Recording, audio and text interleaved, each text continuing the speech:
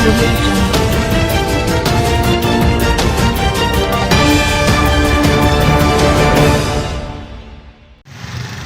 علیکم، آپ دیکھ رہے ہیں کے نیوز چینل۔